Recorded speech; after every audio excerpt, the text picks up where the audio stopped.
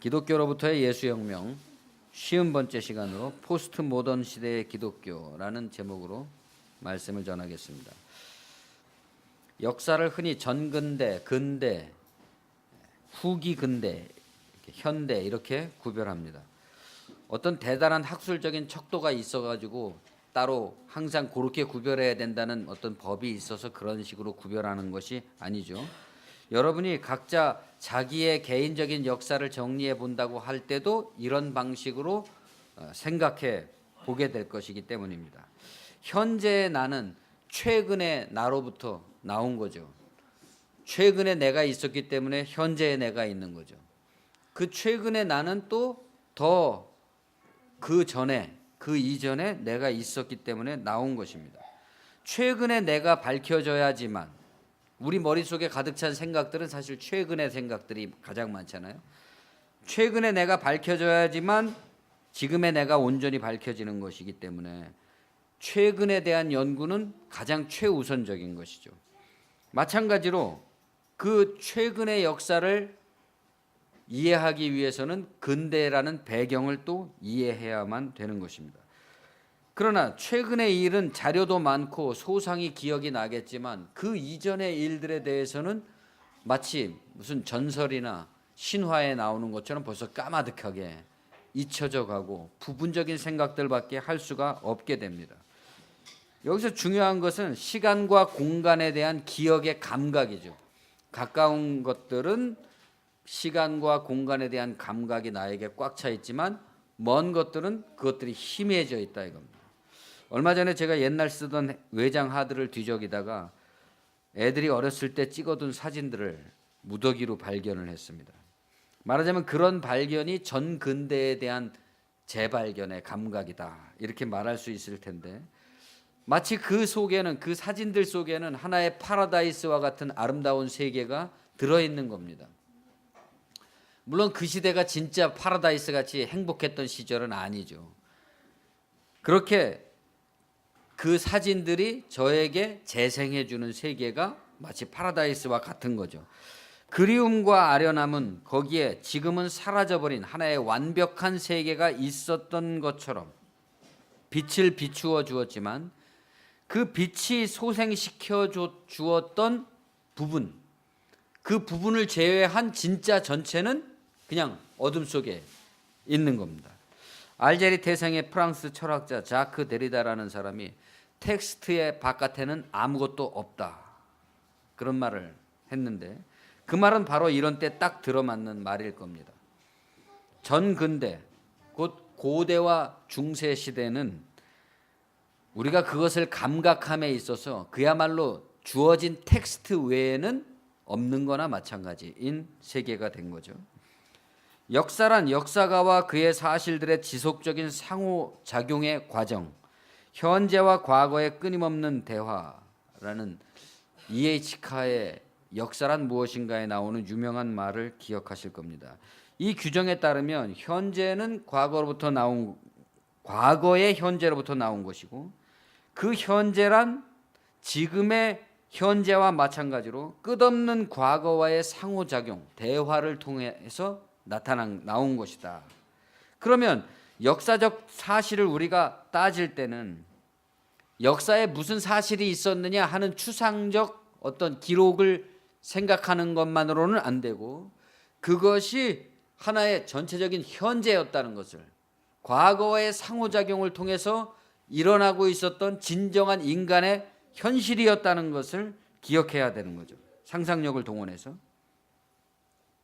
그렇지 않으면 그냥 입체적인 탐구가 되지 못하고 표면적이고 추상적인 상태에 대한 생각에 불과하기 때문에 우리가 아무리 역사를 공부한다고 할지라도 오늘의 나 자신에게 적용하기가 어려워집니다. 그냥 관념적으로만 생각하는 거죠. 그 사실들이 관계 속에서 상호작용하게 되는 각각의 현재에 대한 입체적인 탐구가, 어서 오세요, 있어야만 되는 겁니다. 비록 텍스트가 일깨워주는 감각이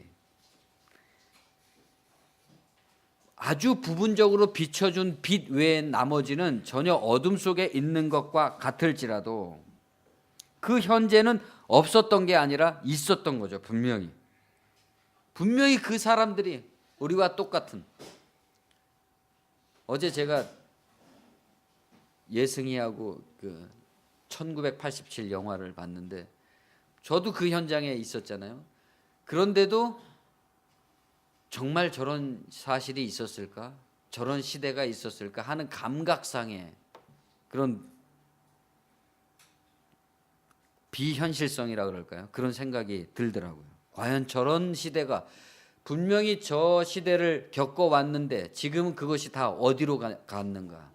과연 저 속에 있었던 내가 지금의 나일까? 뭐 이런 생각들이 드는 거죠. 그러니까 우리가 고대, 중세, 근대, 현대 이런 말을 쓰지만 모든 시대의 현실을 살아간 사람들은 자기가 산 시대를 고대나 중세나 뭐 근대나 이렇게 부르지 않았겠죠. 모든 시대는 다 현대인 것이죠. 그런 의미에서 모든 시대는 다 포스트 모던이고, 전근대든 근대든 현대든 모든 현재라는 것은 늘 포스트 모던적인 특성을 가지고 있다. 이렇게 말할 수가 있을 겁니다. 물론 포스트 모던에는 그렇게 딱 규정해야만 되는 어떤 고유한 특성이 있죠. 모든 현재의 멀고 가까운 과거와의 끝없는 대화와 상호작용의 영향력이라는 게 도대체 뭘까요? 권력의 역사, 우리가 조선시대를 생각하면 권력의 역사, 정치의 역사, 철학의 계보, 연보, 실록, 연대표 그런 것들을 생각할 수 있잖아요. 그러나 그것은 삶의 현실이 아닌 거죠. 그냥 다만 이름만 남아있는, 껍데기만 남아있는 거죠. 그것보다 더 구체적이고 잠재적인 삶이 거기에 있었던 겁니다.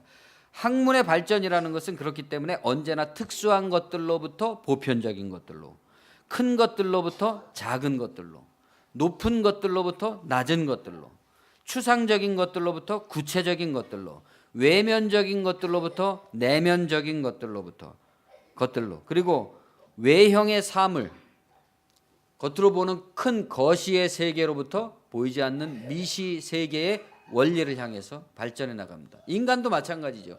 인간이 어렸을 때는 커다랗고 크고 명분이 되는 그런 것들에 대해서만 생각하지만 점점 나이가 들어갈수록 세심하게 사람의 속에 있는 가장 작은 부분들에 대해서 생각하게 됩니다. 왜 그렇습니까? 가장 작은 것들이야말로 가장 큰 것을 이루는 기초가 되기 때문이죠. 끝없는 대화와 상호작용을 파악하려면 그것들의 명목만 가지고는 불가능합니다. 진짜 삶을 탐구해 보려는 과학적인 자세는 끝없는 진실에 대한 엎드림이죠.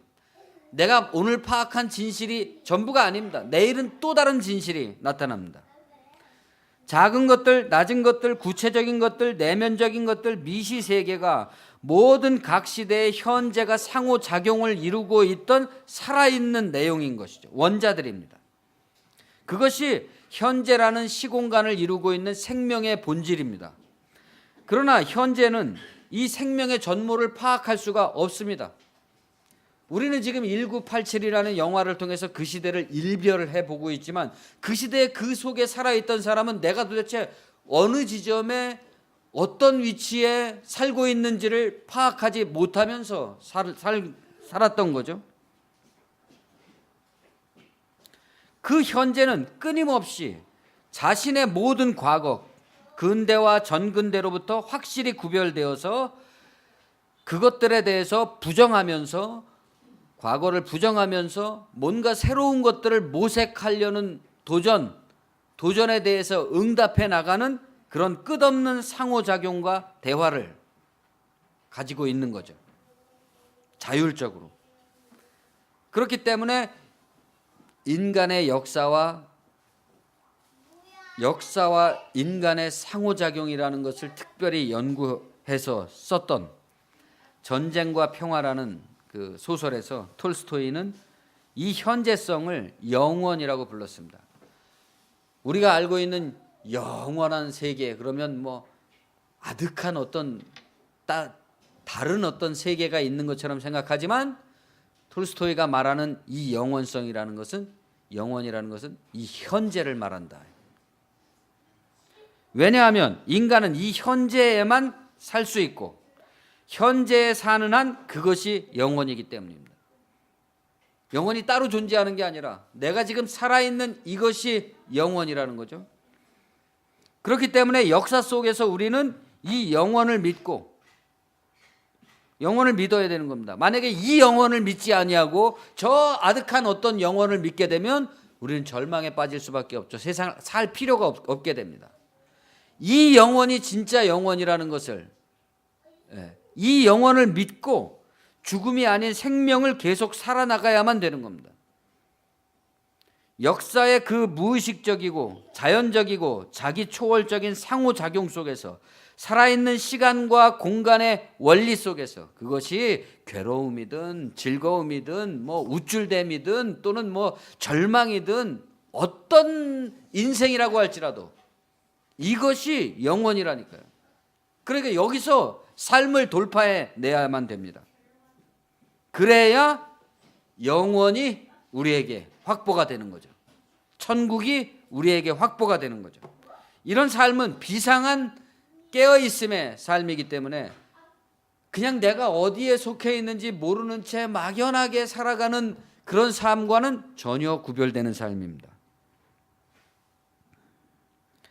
사랑은 언제나 떨어지지 아니하되 예언도 패하고 방언도 그치고 지식도 패하리라. 우리는 부분적으로 알고 부분적으로 예언하니 온전한 것이 올 때에는 부분적으로 하던 것이 패하리라. 내가 어렸을 때는 말하는 것이 어린아이와 같고 깨닫는 것이 어린아이와 같고 생각하는 것이 어린아이와 같다가 장성한 사람이 되어서는 어린아이의 일을 버렸노라. 우리가 지금은 거울로 보는 것 같이 희미하나 그때에는 얼굴과 얼굴을 대하여 볼 것이요 지금은 내가 부분적으로 하나 그때에는 주께서 나를 아신 것 같이 내가 온전히 알리라. 그런즉 믿음 소망 사랑 이 세 가지는 항상 있을 것인데 그중에 제일은 사랑이라. 여기서 사도 바울이 말씀하는 사랑이라는 것은 인간의 이기적이고 편협하고 어떤 관념과 위선에 의해서 오염된 사랑을 말하는 게 아닙니다. 불결하거나 지고지순하거나 고결하거나 저열하거나 또는 이기적이거나 자기희생적이거나를 떠나서 도무지 인간적 사랑을 얘기하는 게 아닙니다. 이 사랑은 요한복음에서 요한이 태초에 말씀이 계셨다. 그럴 때 그 말씀이라고 번역된 로고스, 원리를 말하는 거죠. 우주의 원리. 창조주가 이 자연과 우주를 통해서 자기 자신을 계시하신다고 할 때 하나님은 우주의 원리 자체이신 것입니다. 이 우주는 피조물이긴 하지만 그 피조물이 돌아가고 있는 모든 원리가 곧 하나님이신 거죠. 그래서 옛날 성경에는 태초에 말씀이 있었다는 본문을 태초에 도가 있었다 이렇게 번역했습니다. 동양 사람들은 도라는 말로 신을 대체했잖아요. 신적 원리를. 지금 눈에 보이고 귀에 들리고 두뇌 속에 쌓여 있는 우리들의 예언도 언젠가는 끝납니다. 방언도 그치죠. 지식도 폐합니다. 그런 것을 자랑할 필요가 없어요. 그런 것들이 다 사라지고도 우리가 우리의 모든 이 날마다의 열심과 고생과 그 분투가 한 줌의 재로 사라질지라도 그러고도 남아있을 우주적 원리, 그것이 사랑입니다. 그것이 로고스고 그것이 도죠. 그래서 그 사랑에만 우리의 믿음과 소망의 근거가 있기 때문에 그래서 사랑이 그 중에서 가장 중요하다, 가장 수승하다 이렇게 말하는 것입니다.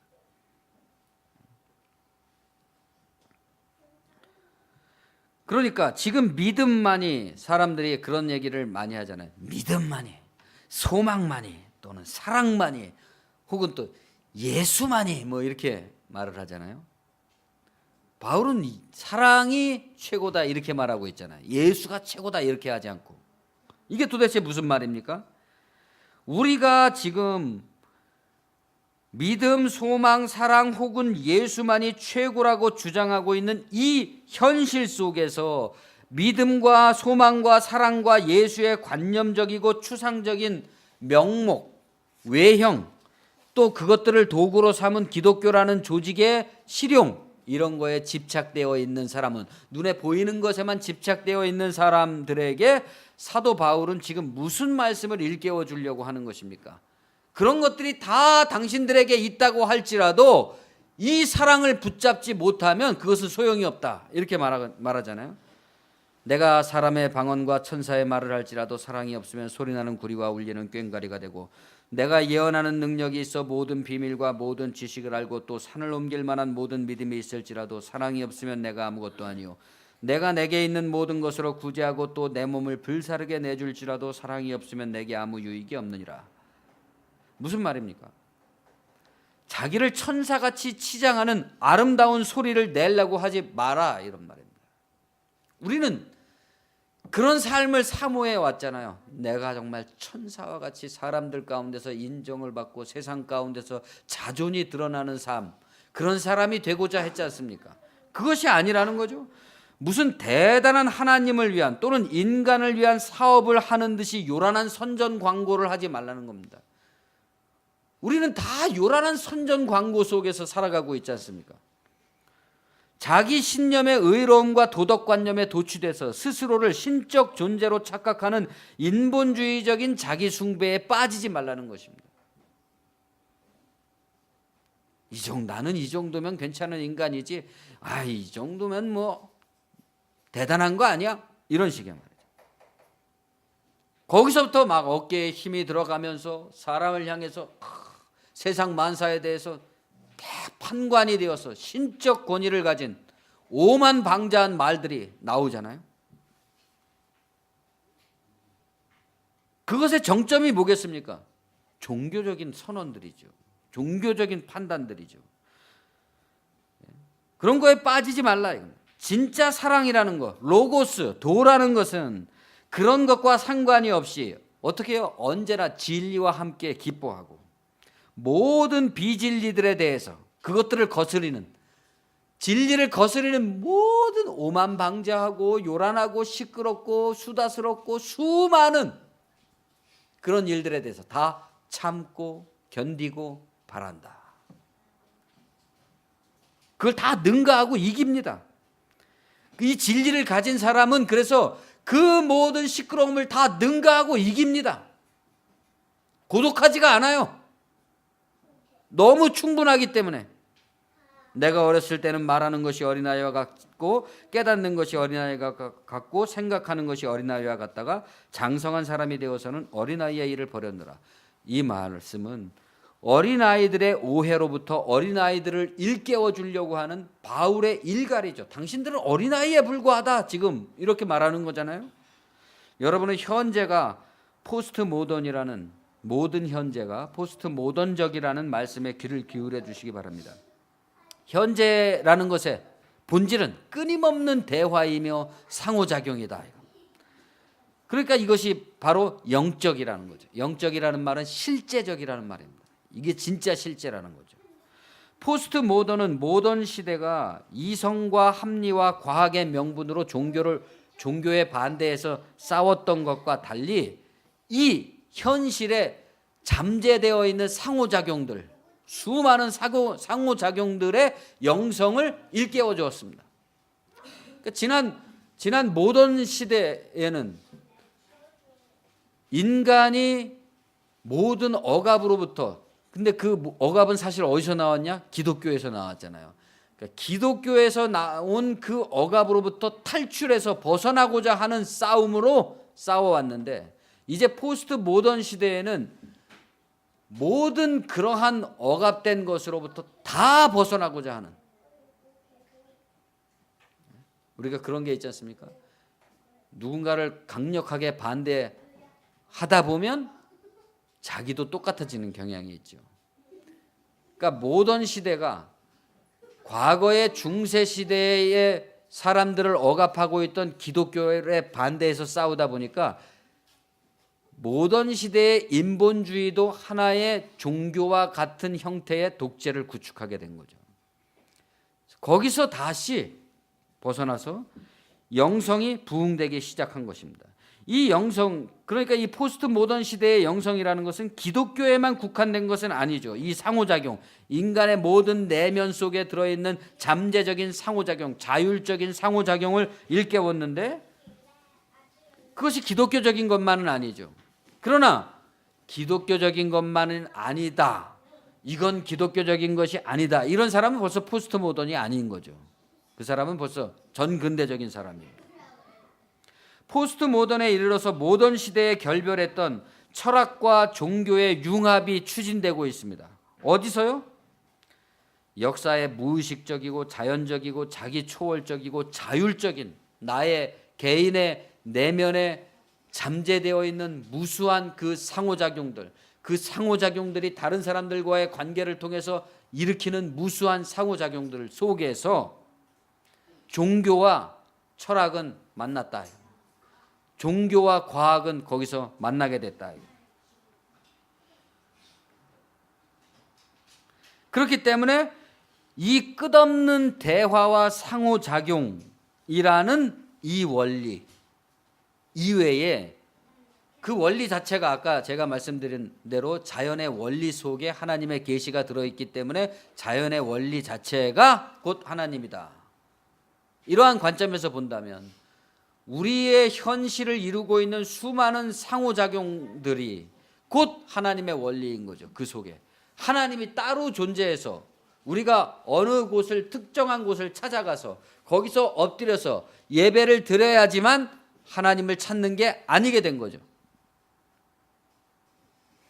그렇기 때문에 어느 특정한 곳에 특정한 방식의 특정한 예배를 통한 특정한 교파에만 하나님이 있다라고 얘기했던 과거의 영성이라는 것들이 만들어낸 모든 착각, 믿음의 권력, 또 거기서 나온 율법, 그 율법이 만들어낸 허례허식, 오류와 집착의 모든 굴레에서 이제는 벗어나게 됐다.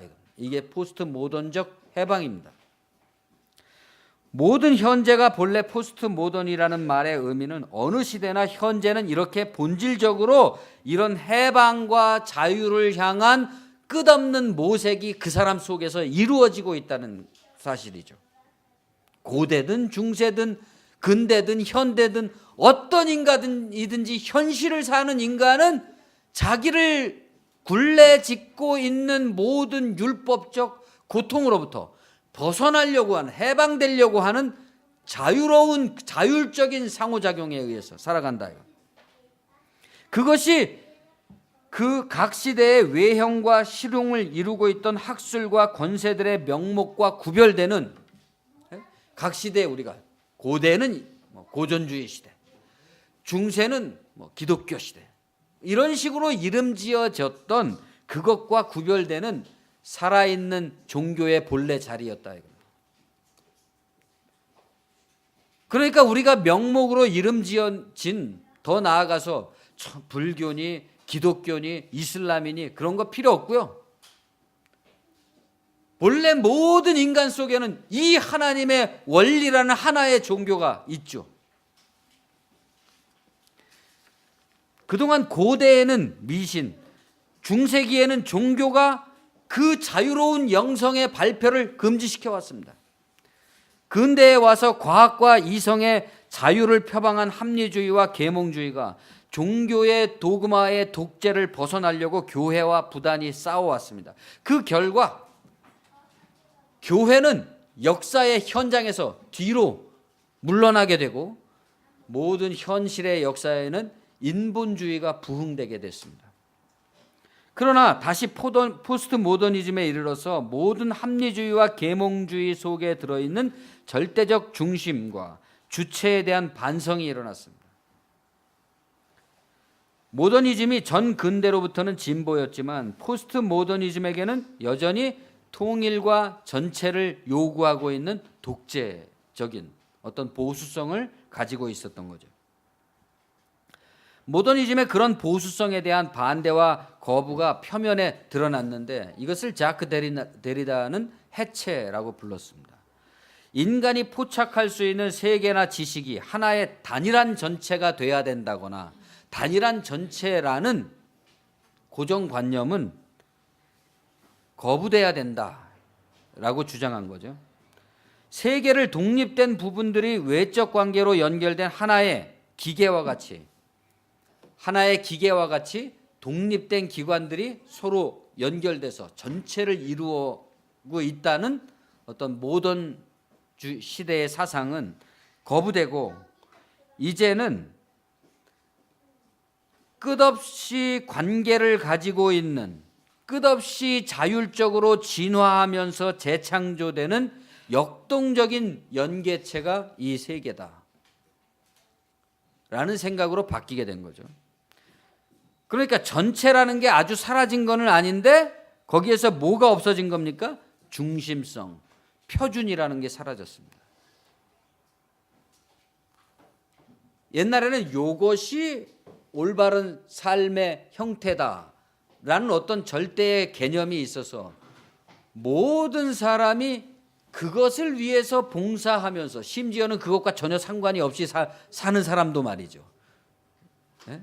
교회가 뭐 요번에 성전을 건축하기로 했습니다. 뭐 해외 선교를 개척하기로 했습니다. 이렇게 얘기하면 그런 것과 전혀 상관이 없는 사람들도, 심지어는 해당이 전혀 될 수가 없는 사람들까지도 그것을 위해서 존재하는 것처럼 됐단 말입니다. 왜냐하면 그것이 중심이기 때문에. 그러나 그 중심과 표준이라는 것이 해체돼 버리고 모든 주체들의 자율적이고 다양한 잠재적인 그러한 영성이 인정되게 되니까 이제 그 모든 자율적인 것들이 역동적으로 연계하는 전체가 새로운 개념으로 이해되기 시작한 거죠. 그렇기 때문에 포스트 모던 시대의 문화의 형태는 다원주의적으로 귀결될 수밖에 없는 겁니다.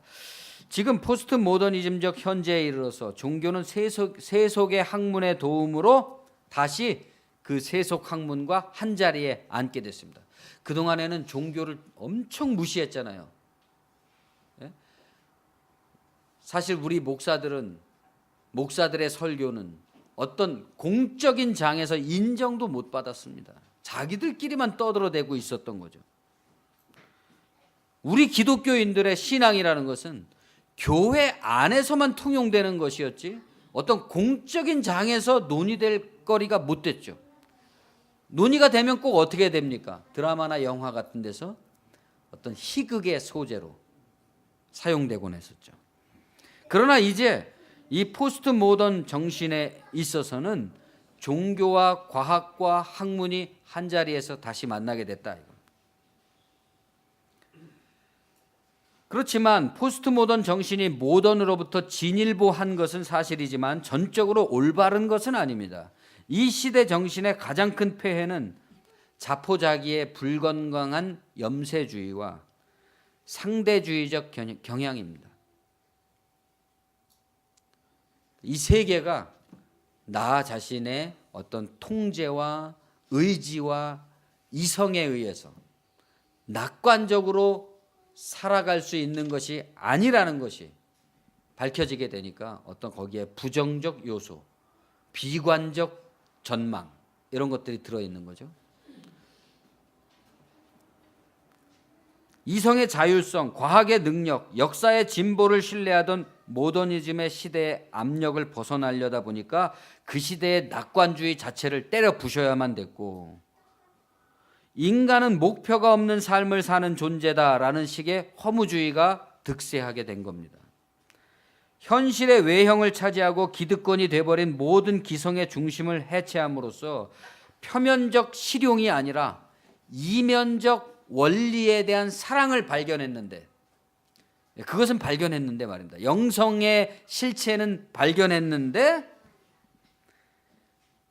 옳고 그름에 가림없이 모든 종류의 그러한 영성들을 다 인정을 해주다 보니까 각종 미신들이 다 종교화됐다 이겁니다. 그러니까 질이 떨어지는 것들도 다 바로하게 된 거죠. 모든 것을 해체하다가 자기 집까지 회파해버리는 경우들이 많이 발생하게 됐습니다. 개성, 다양성, 자율성, 대중성 같은 것들을 숭상하다 보니까 어떻게 됐습니까? 모든 사람의 개성, 다양성을 인정해 주자 이렇게 하다 보니까 존재하는 모든 것은 올바르다. 사드 후작이 그렇게 말했잖아요. 존재하는 모든 것은 올바르다. 내가 무슨 짓을 할지라도 나는 존재하기 때문에 올바르다. 이겁니다. 그런 세상이 된 거죠. 지금 정말 포스트 모던적이지 않습니까? 요즘 뭐 정치인들 뉴스를 보면은 어떻게 상식을 가진 사람이 저 정도로 행동할까 하는 짓들을 하잖아요. 근데 그것이 인정을 받잖아요. 어쨌든 남보다 튀고 어쨌든 자기를 드러내면 그것이 가능한 겁니다. 존재하는 것은 올바르니까. 바로 여기에 세속적 학문의 도움의 담례로 다시 종교가 보탤 한 몫이 있다는 생각이 드는 겁니다. 세속적 학문은 그런 것들을 통제할 만한 능력을 갖고 있지 못한 거죠. 장치들을. 그러나 우리는 하나님을 믿는 사람들이잖아요. 그러한 모든 다양성과 자율성의 영성을 인정하면서도 절대의 원리를 우리는 간직하고 있지 않습니까?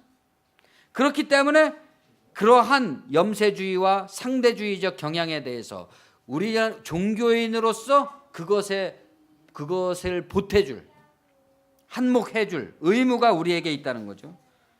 물론 어린 시절이 좋아서 영원히 어린이로 머물기를 바라는 사람들에게는 이 모든 포스트 모더니즘적 변화라는 것이 개탄스러운 현실에 불과하겠죠. 박사모는 지금의 어떤 정치 사회적인 지향이 개탄스러운 현실일 뿐이겠죠.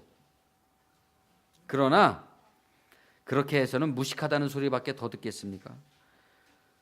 옛날이 오늘보다 나은 것이 어찌미냐 하지 말라. 이렇게 묻는 것은 지혜가 아니니라. 라는 말씀을 우리가 기억해야 됩니다.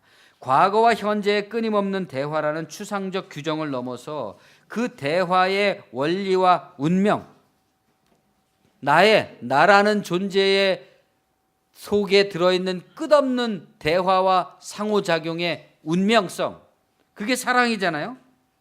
그 사랑을 발견할 때, 그것의 사랑을 발견할 때, 그것을 발견하려는 탐구심, 나 자신을 속에 들어있는 그 원리를 발견하려는 탐구심, 그것이 있을 때 염세주의와 상대주의의 폐해에 대한 답변으로서 종교는 여전한 소망을 제출해 줄 수가 있습니다. 사람들 속에서. 그것이 부정적인 것이고 괴로운 것이고 비관적인 것이고 염세주의적인 것으로 보일지라도 그 원리 자체는 매우 정교하고 아름답고 완벽한 것이라는 거죠. 기독교로부터의 예수혁명 설교 시리즈를 마치면서 포스트 모던 시대의 기독교라는 제목으로 세 번째 설교를 하고 있는 중입니다.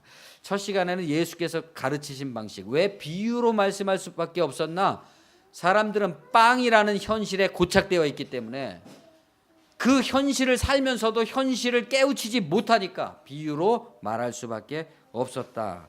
그러나 그 현실에 고착되어 있는 사람들에게는 하나님의 말씀인 비유라고 할지라도 전달될 수 없다. 어떨 때만 전달이 됩니까? 그 삶이라는 것에 집착된 삶이 깨질 때 진리를 깨닫게 됩니다. 몸이 아프거나 어떤 특수한 고통을 통과하게 되거나 풀리지 않는 전대미문의 사건에 직면하게 될 때, 자기가 그동안 집착되어 있는 삶이 공허에 불과하다는 것을 딱 깨닫게 될 때, 염세와 허무의 위험을 간직하면서도 진리를 깨닫게 되죠. 이게 종말론입니다. 그러나 삶이 하나의 비유인 것을 비유로 설명해 주어도 알아듣지 못하는 사람들은 예수님의 말씀을 거부하거나 오해하거나 변질시켜 왔습니다. 그 결과 본래 이렇게 종말론적인 예언인 기독교 복음은 어느덧 복지낙원의 선진국으로 우리들을 이끌어주는 하나님의 축복의 말씀으로 변질됐습니다. 국가적 미신이 됐죠. 두 번째 시간에는 불교의 이판과 사판, 러시아 정교의 흑승과 백승의 구별을 통해서 실용과 정신의 보존이라는 차원의 말씀을 드렸죠.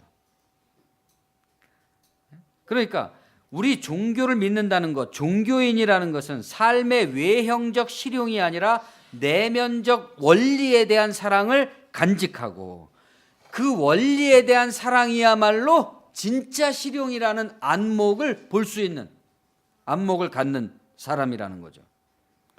나는 비천에 처할 줄도 알고 풍부에 처할 줄도 알아. 모든 일 곧 배부름과 배고픔과 풍부와 궁핍에도 처할 줄 아는 일체의 비결을 배웠노라. 그저 올바르고 착하게 산다는 게 아닙니다. 왜 올바른 건지, 왜 착한 건지 그것을 분명히 안다면 그때부터는 어떤 윤리적인 선택에 있어서 이득과 손해의 갈등이 사라지게 되죠. 우리는 하나님을 믿기 때문에 손해를 감수하고 이런 말을 많이 쓰잖아요.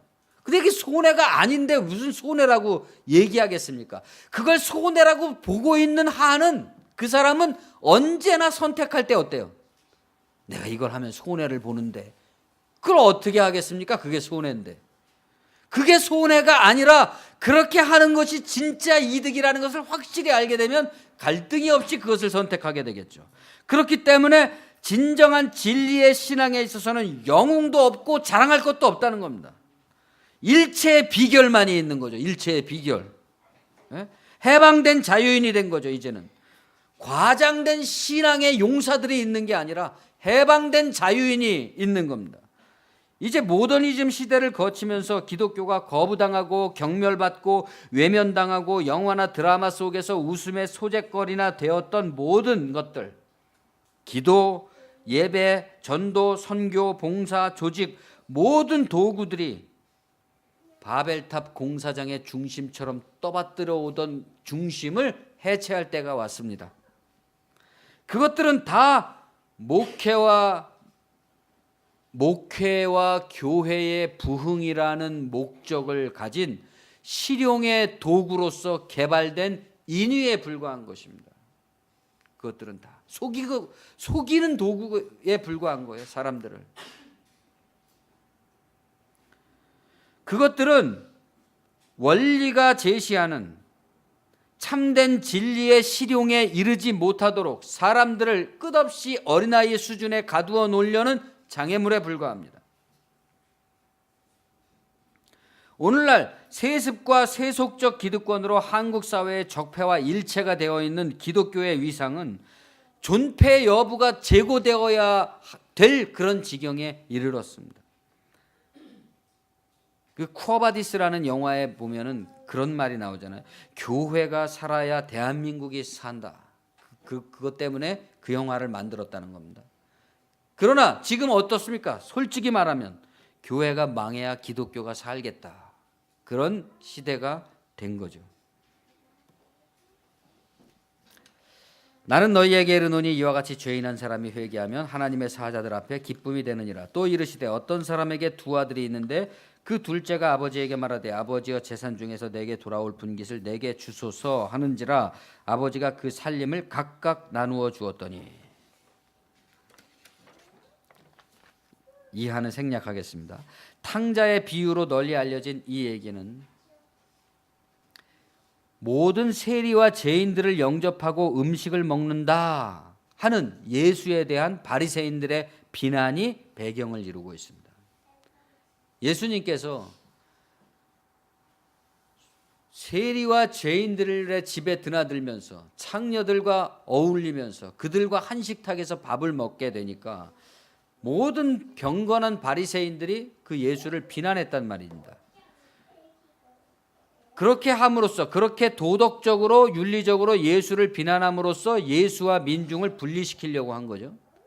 그것에 대해서 예수께서 하신 말씀이죠.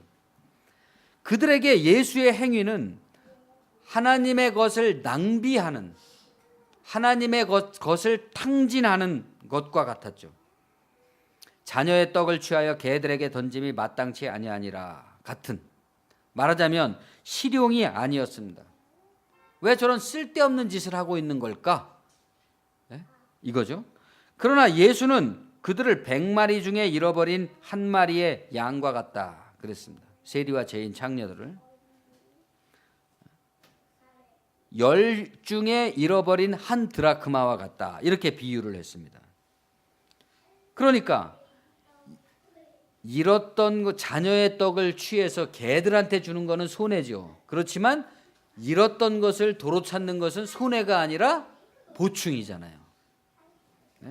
그러니까 예수는 자기를 탕진한다고 말하는, 비난하는 사람들에게 이건 탕진이 아니라는 얘기를 지금 하고 있는 겁니다.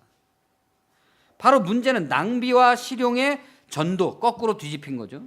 그 전도된 바리새인들의 태도를 일깨워 줌으로써 낭비와 실용의 제자리 찾기, 신학에 있어서 낭비와 실용이라는 것의 제자리 찾기를 시도하고 있는 겁니다. 실제 비유를 보면 두 아들이 있는데 라고 시작을 하잖아요. 그러니까 탕자의 비유라는 제목도 가능하겠지만 두 아들의 비유라고 해야지만 좀 더 주제에 접근할 수 있겠습니다. 표면적으로 둘째 아들은 세리와 죄인을 의미하고 있는 거죠. 이 둘째 아들 탕자는 세리, 죄인, 창녀들을 말하고 있는 거죠. 이 사람들은 하나님에 의해서 버려진 개와 같은 존재가 아니라 유대인들의 선민 사상, 율법에 의해서 인위적으로 배제당한 사람들이죠. 하나님이 버린 게 아닙니다. 사람들이 그 사람들을 버린 거죠. 이로 미뤄보면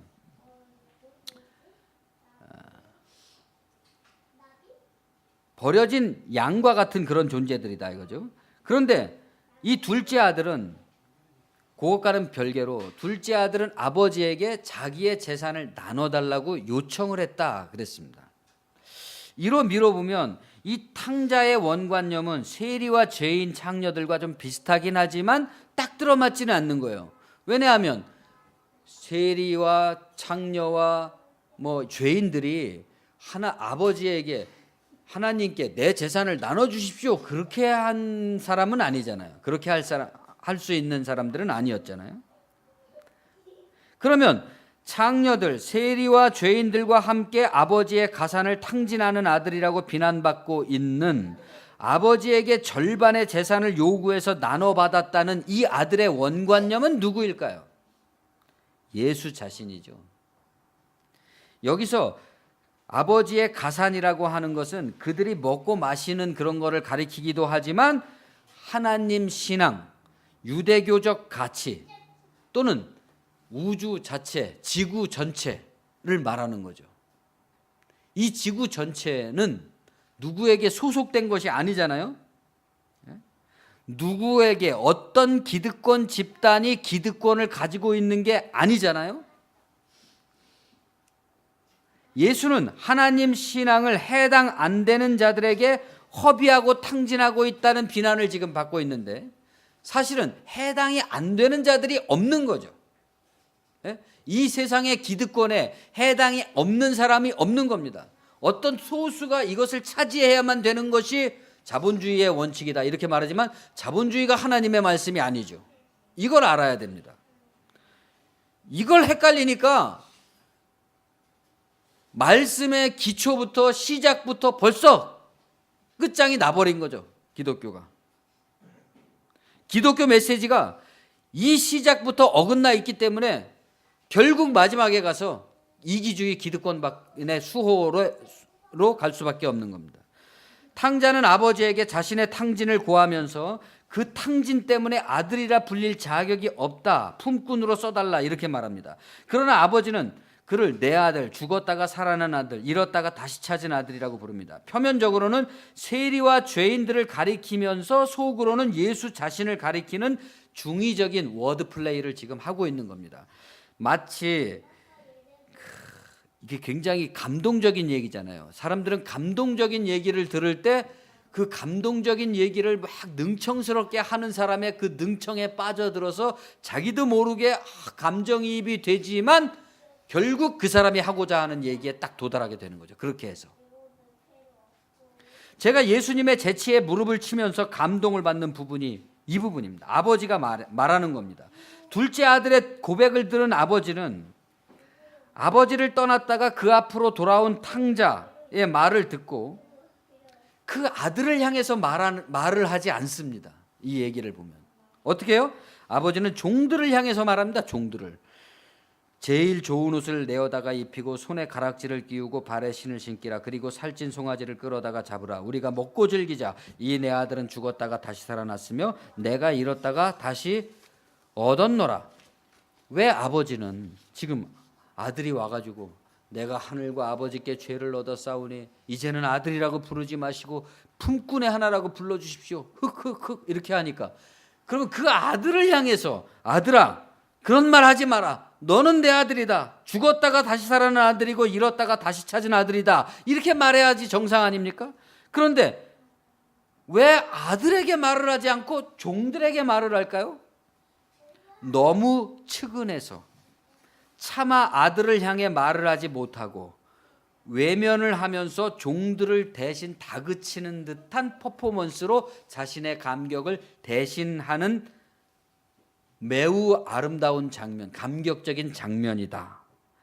이런 게 헨리 나우엔이 상트페테르부르크에 갔다가 에르미타시 미술관에서 렘브란트가 그린 탕자의 귀향이라는 그림을 보고 감동 먹어갖고 해석한 해석입니다. 그러나 자기의 창작이죠.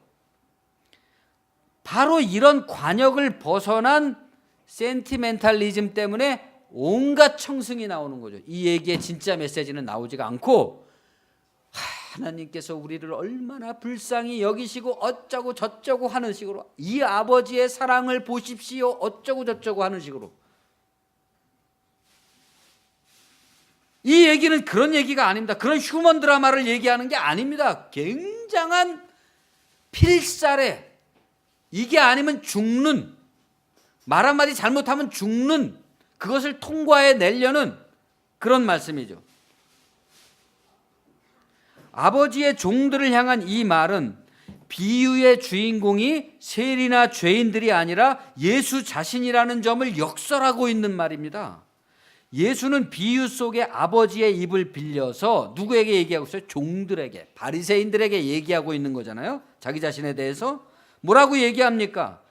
이 아들은, 그 바리새인들은 지금 저 아들은 방탕한 탕자와 같이 아버지의 것을 쓸데없는 인간들에게 낭비하고 있는 그런 나쁜 아들이라고 얘기하고 있는데, 이 아버지는 그 종들을 향해서 뭐라고 얘기하는 겁니까? 이 아들은 죽었다가 살아난 아들이고 잃었다가 다시 찾은 아들이고 확실한 내 아들이니까 너희들은 이 아들에게 어떻게 하랬어요? 손에 반지 끼우고 발에 신을 신기고 좋은 옷을 입히고 송아지를 잡고 잔치를 벌려라.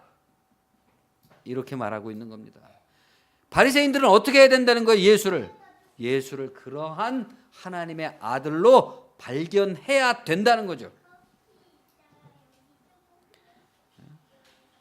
마치 예수님은 이 자신의 이 숨겨진 비유를 통해서 셀프 신원 복권을 시도하고 계신 것입니다.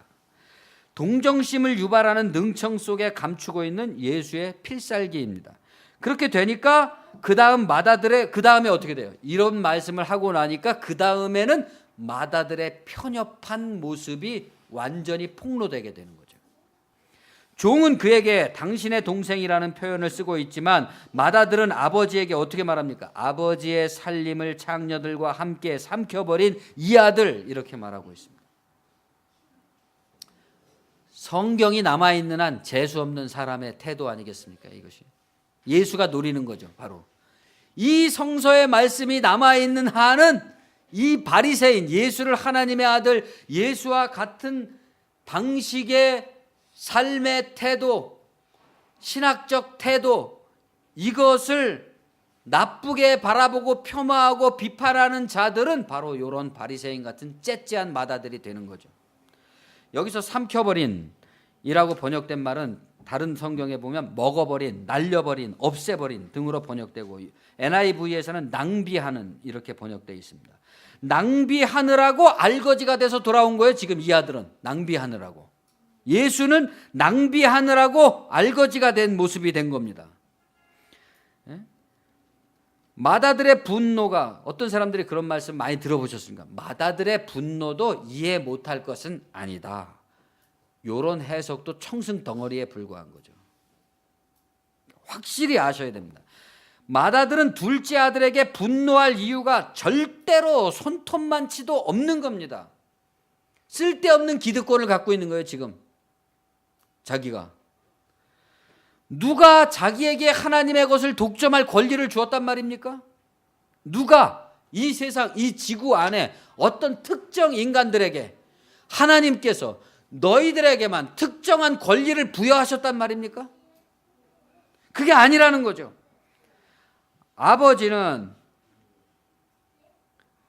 아버지한테서 그런 결론이 나오잖아. 얘 너는 항상 나와 함께 있으니 내 것이 내 것이로 돼. 이 내 동생은 죽었다가 살아났으며 내가 잃었다가 얻었기로 우리가 즐거워하고 기뻐하는 것이 마땅하다.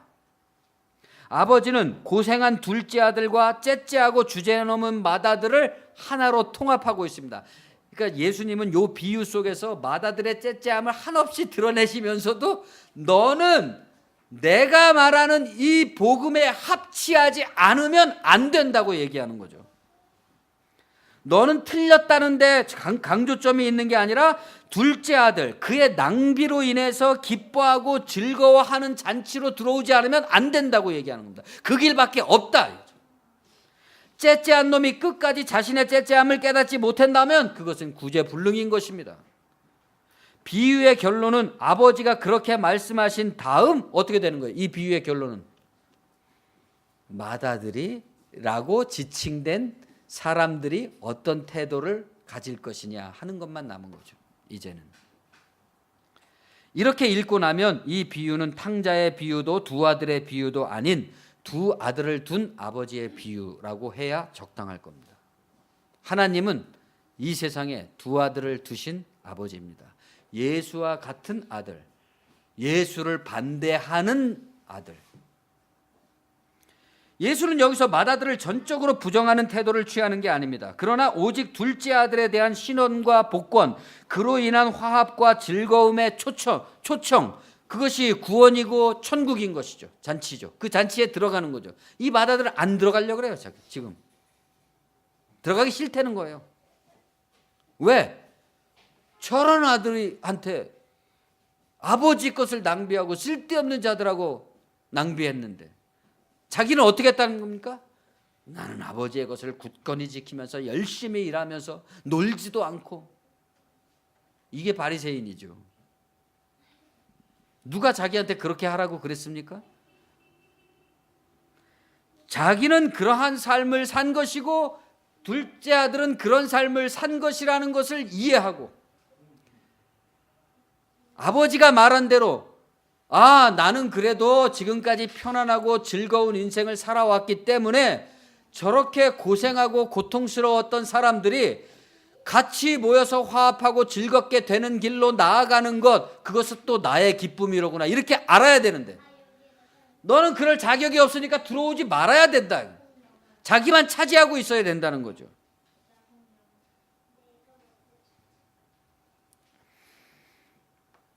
둘째 아들은 아버지의 가산, 하나님의 신앙과 그 가치를 낭비하고 허비하는 아들로 보이지만 그로 인해서 죽었다가 살아나고 또 그 낭비의 방식으로 실용이 아닌 그 허비의 방식, 탕진의 방식으로 예수의 하나님 나라는 모든 잃어버린 자들을 되찾아서 화합하고 통합하고 아름답게 즐겁게 복권하는 그런 나라를 지향한다. 이렇게 읽고 난 후에 그 다음 장에 가서 우리가 불의한 청지기에 대한 비유를 읽게 되면 그 비유가 완전히 이해가 되는 것입니다. 왜 불의한 청지기가 칭찬을 받게 됐는지. 칼 융은 인간을 심리학적으로 외향형과 내향형의 두 유형으로 크게 구분지었습니다. 그리고 그것을 다시 감각형, 직관형, 사고형, 감정형의 넷으로 분류한 바가 있습니다.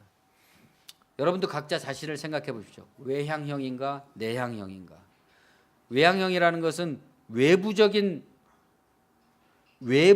객관에 자기의 모든 것이 쏠리는 것이고, 내향적이라는 것은 외부와 상관없이 자신의 마음속에 중심이 쏠리는 것입니다. 여기에 다시 감각형, 직관형, 사고형, 감정형의 네 가지 유형이 있다. 감각형은 사실적으로 보이는 것들이, 감각할 수 있는 것들이 그에게 쏠리는 것이고, 직관형은 그런 것들의 어떤 원리, 세상이 돌아가는 이치 딱 파악하고 있는 되게 머리 좋은 사람들이죠. 그런 것에 쏠리는 사람들이고, 사고형은 모든 것들을 끝없이 생각하는 것입니다. 햄릿처럼 이것이 옳을까 저것이 옳을까. 감정형은 자기가 감정에 쏠리는 사람을 말하는 거죠. 칼 융은 그중에 가장 많은 인간 유형은 외향적 감각형이다 그랬습니다. 그러니까 오늘날 인간 세계의 외적 형태를 이루고 있는 그 유형은 외향적 감각형이죠. 우리는 지금 외향적 감각형의 세상을 살고 있는 겁니다. 그들은 현실주의자로서 구체적인 사물에 대한 현실적 경험을 추종하고 그에 따라서 행동하는 유형들입니다. 이 유형은 오로지 밖으로 드러난 사실관계만을 중요시하고 추상적인 가치나 비현실성을 싫어한다 그랬습니다. 되게 이제 권력지향적이고 아주 추구가 강한 그런 사람들이죠. 여기서 그 사람들에게 중요하다고 판단되는 사실성과 그것에 대한 추종을 우리는 실용이라고 부를 수가 있습니다. 이 세상을 살아나가는데 유익한 실용. 그런데 역설적으로 교회든 세상이든 오늘날 현 세태가 이런 온갖 부패와 모순과 불합리에 비이성, 비현실성에 이르게 된 원인은 그 실용의 독점 때문에, 그렇죠. 그 실용이 너무나 세상을 지배하고 있기 때문에 말이죠. 그것은 실용이지만 실제로는 폭력인 것입니다. 그것은 직관과 사고와 감정의 표현과 분출을 억압하죠. 왜냐하면 그 사람들의 판단에 따르면 그것은 실용이 아니라 낭비에 불과한 겁니다. 그런 짓을 왜 해? 유익한 것도 없는데 예술을 왜 해? 예술이 밥 먹여주나? 이런 것들이죠. 그래서 사람들은 직관과 사고와 감정이 지시하는 바를 정직히 직면하는 대신에 대세의 실용에 따르기를 강요받게 됩니다. 적어도 자신과 다른 7가지 유형의 인간들이 존재하고 있는데도 말입니다. 그러나 지금 세상을 지배하고 있는 실용의 정신은 사실은 전근대적인 미신에 불과한 거죠. 그것이 신앙의 명목을 입고 있다 할지라도 더 이상 이 시대가 요청하고 있는 나머지 7명이 다 기쁨의 자리에 동참하는 화합의 길로 나가게 하는 데는 장애물이 될 뿐이죠. 진짜 실용은 온통 가짜 실용이 지배하고 있는 세계에서는 낭비와 탕진의 허비로 보이는 삶의 태도들입니다. 그렇죠? 이 세상을 진짜 유지시키는 사람들, 아브라함의 기도와 같이 세상을 유지시키는 사람들은 다 자기 삶을 허비하고 있는 사람들입니다. 탕진하고 있는 사람입니다. 그 탕진의 방식으로 세상을 살아가는 사람들이 존재하고 있기 때문에 이 세상이 망하지 않고 존재하고 있는 거죠. 그래서 누군가는 현실의 대세를 이룬 실용의 넓은 길을 모든 사람이 따르고 있다고 할지라도 누군가는 항상 자기 자리에서 실용에 반하는 낭비와 탕진의 삶을 유지하고 있는 사람이 필요합니다. 그런 사람이 있는 사회에 있는 곳일 때 그 사회는 유지가 됩니다. 그럴 때 저는 항상 여기 있으니까 언제든지 찾아오십시오 라고 말할 수 있는, 그를 통해서 실용의 컨베이어 벨트에서 탈락한 사람들은 삶의 좁은 문으로 들어가서, 넓은 문에서 탈락해 버렸잖아요. 그러니까 이제 좁은 문으로 들어가야 되잖아요. 그래서 좁은 문으로 들어가 보니까 거기서 멸망하는 것이 아니라 삶의 지극한 원리가 발견돼, 생명의 원리가 거기서 발견된다. 영원 생명을 발견하고 용기를 얻을 수 있다. 그 좁은 곳에서만. 믿음은 세상을 이기는 진리의 능력이기 때문입니다. 열심히 일하고 가꾸고 세운 세상의 토대를 무시한다는 말이 아닙니다. 강조점은 지난 2000년 혹은 한국교회 지난 100년 동안 진리의 전모가 밝혀지고도 남았을, 인류가 얼마나 똑똑합니까? 성서를 해석 못할까요? 다 알고 있습니다. 하나님의 말씀의 공평함과 평등함이라는 것 다 알고 있습니다. 이미 다 밝혀지고도 남았는데 여전히 어린아이의 일에 머물고 싶은, 그것을 버리고 모두가 폭력과 상처로 얼룩진 과거를 일소하고 나가는 즐거움과 기쁨의 잔치자리, 하나님 나라를 향해서 나가야 할 때라는 종말론적인 지혜가 우리에게 필요하다. 그 지혜를 간직하기 위해서 지금도 누군가 자기 인생을 실용에 반하는 탕진으로서 세상을 유지시켜 나가고 있는 것이죠. 세월호 이후 한국 사회처럼 한국 교회는 지금까지의 모든 실용에 대한, 우리가 교회, 신앙 그러면 어떤 딱 떠오르는 실용의 정신이 있잖아요. 그 실용의 정신으로 무시하고 억압해온 모든 낭비, 원리적 실용에 대한 재검토와 재정비에 나설 것을 요청받고 있습니다. 적폐청산을 요청받는 거죠.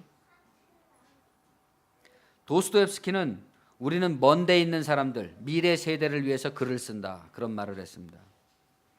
가까운데 지금을 사랑하는 정신을 실용이라고 한다면 먼 데를 사랑하는 정신을 비생산성이라고 할 것입니다. 네덜란드의 인류사학자 요한 호이징가는 호모 루덴스라는 저서에서 인간을 유희하는 인간이다 규정했습니다. 놀이하는 인간. 그는 놀이의 가장 큰 특징을 비생산성이다 그랬습니다. 비생산적인 놀이를 할 줄 아는 인간, 놀 줄 아는 인간. 우리 지난주에 신나게 한번 놀아봤지 않습니까? 노는 것을 보면 그 사람을 보이잖아요. 그 사람이 보이잖아요. 놀 줄을 알아야 돼요, 우리는. 그게 가장 그를 인간답게 한다는 겁니다. 제가 옛날에 읽었던 시 중에 마을에 전염병이 돌아서 애들이 죽어나가는데 그 애들이 열병으로 옷을 다 벗겨놓고 열병을 앓고 있는데 죽어가면서도 애들은 끝까지 논다. 그런 글을 읽은 적이 있습니다. 금방 몇 분 있다가 죽을 건데도 애들은 그 마지막 순간까지도 뭔가를 하면서 논다는 겁니다. 그게 인간의 특징이죠. 인간을 인간으로 특징 짓는 이 비생산성이라는 것은 실용의 독점이 낳은 두 측면, 곧 모든 율법주의와 허무주의의 폭력으로부터 치유를 의미합니다. 인간이 인위적으로 뭔가를 해야 된다고 얘기할 때 놀이하는 인간은 어느덧 율법주의적 인간이 되죠. 그 율법주의적인 인간들이 세상을 가득 메울 때 거기에서 탈락한 사람들은 허무주의자가 됩니다. 그렇기 때문에 그것은 낭비가 아니라 지금이 아닌 영원이라는 초월적 시간대 위에서의 실용을 추구하는 것입니다. 기독교 교회는 예수 그리스도의 낭비하고 탕진하는 원리적 실용의 정신을 회복해야만 됩니다. 그것의 중요함을 발견한 그리스도인이라면 더 이상 교회와 교단들이 내세우고 있는 목회적 실용이라는 율법에 얽매일 필요가 없습니다. 갈 바를 알지 못하고 믿음으로 길을 떠났던 아브라함과 사라처럼, 리브가와 레아와 라헬처럼 이제 진정 아버지께서 이게 바로 내 아들이다 라고 인정하실 길을 떠나야 됩니다. 이 존렬과 수치의 구조를 깨트려야 됩니다. 이것이 기독교로부터의 예수혁명의 결론이라고 말씀드리고 싶습니다. 2018년에도 자기를 허비하신 예수의 길을 계속 따라가십시다. 한 해 동안에 저의 긴 설교를 들어주신 교우 여러분께 진심으로 감사를 드립니다. 기도하겠습니다. 주님 은혜를 감사합니다. 우리가 올 한 해 동안 기독교로부터의 예수혁명이라는 제목으로 오늘날 교회가 또는 신앙인이 또는 그런 것들을 다 떠나서 신앙이라는 것이 근본적으로 무엇인가를 다시 생각해 보려는 시간들을 가졌습니다. 주님, 그것이 우리에게 원리적 실용으로 다가와서 삶의 전 인생에 걸친 하나의 원리가 되게 도와주시고 지향이 되게 도와주시고 그것이 인격이 되게 도와주시고 교회가 되게 도와주시고 나라가 되게 도와주셔서 하나님 나라가 우리에게 임할 수 있도록 인도하여 주시옵소서. 우리를 밝혀 주시옵소서. 우리를 찍어 누르고 있는 정신의 혼란과 모든 공포와 불안과 위협으로부터 우리가 담대히 영원의 전투를 싸울 수 있게 도와주시고 물러섬이 없이 담대할 수 있는 용기를 허락해 주시고 그 모든 것들로부터 하나님을 믿음으로써 그 사랑에 우리 자신들을 의탁하고 더욱더 용기를 내어서 분발해서 나아갈 수 있는 우리들이 될 수 있도록 인도하여 주시옵소서. 예수님의 이름으로 감사하며 기도합니다.